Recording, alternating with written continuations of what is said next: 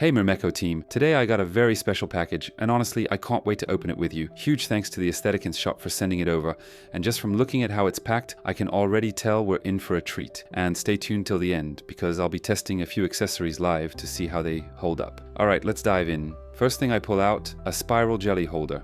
It's this little spiral accessory that holds sugar gels neatly in place for our ants. Honestly, it looks pretty sleek. Right after that, there's a second one, slightly smaller. Same concept, but more compact, perfect for small setups or tiny outworlds. Next up is the big highlight, the Mini Outworld V2. Now let me be clear. I'm not going to go into detail right now because this one deserves its own dedicated video. Just next to it, I've got a quadruple liquid feeder. Super handy when you're feeding multiple colonies or want to offer a mix of liquids in a large setup. Then we've got 3 simple feeders, classic essentials, and 2 doubles, a great middle ground when you don't need the full setup. Oh, here's something that smells sweet.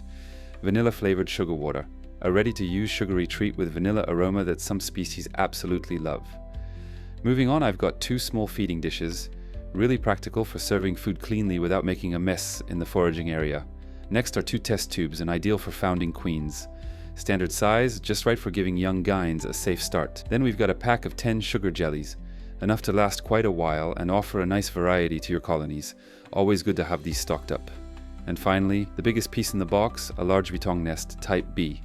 Great build quality, looks solid and definitely spacious enough for a growing colony. I'll be setting this one up in an upcoming install video. I'm excited to see how my ants take to it. And that wraps up this little unboxing. I'll definitely be testing all of this gear out and will give you my honest feedback soon, how it performs with real colonies, how practical it is day to day. As always, I'll keep it real with you. Alright, now that we've unboxed everything, let's get into the testing. I'm starting with the spiral jelly holder. I place a fresh sugar jelly right on top, and I set it down in the foraging area of my Taponoma SP colony. And wow, it's instant action. One aunt finds it almost immediately, heads back to tell the others, and suddenly it's rush hour on the spiral. You can literally watch them climb in a perfect line, wrapping their way up toward the jelly. It's such a cool sight, like a tiny highway buzzing with life, all for one little drop of sugar. This kind of accessory isn't just useful, it gives you beautiful ant traffic shows that you could watch for hours.